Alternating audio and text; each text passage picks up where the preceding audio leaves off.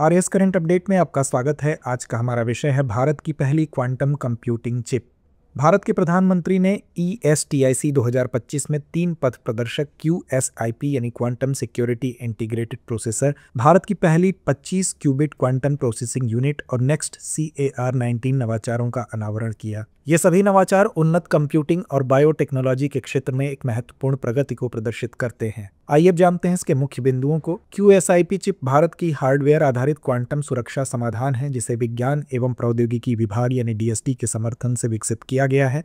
यह क्वांटम की डिस्ट्रीब्यूशन का उपयोग करके डेटा को सुरक्षित करता है और भविष्य में क्वांटम सक्षम साइबर खतरों के महत्वपूर्ण नेटवर्क की रक्षा करता है। आइए अब जानते हैं 25 क्यूबिट QPU क्या है। यह भारत की पहली क्वांटम कंप्यूटिंग चिप है, जिसे स्टार्टअप QPI AI ने विकसित किया है। पहले इस कंपनी ने QPI AI इंडस भी पेश किया था, जो 25 सुपर कंडक्टिंग क्यूबिट्स के साथ देश का पहला फुल स्टैक क्वांटम कंप्यूटर था, जो क्वांटम प्रौद्योगिकी की सभी परतों को एकीकृत करता है।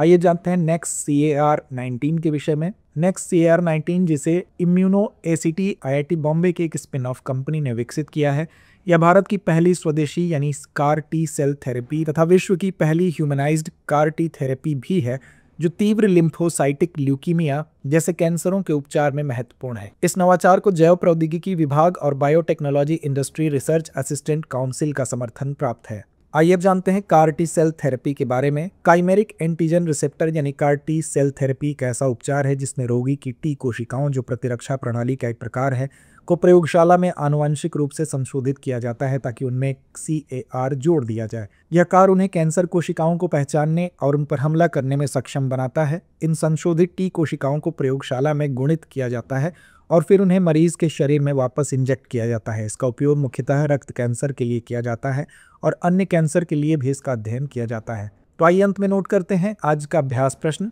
CAR-T सेल थेरेपी के संदर्भ में निम्नलिखित कथनों पर विचार कीजिए।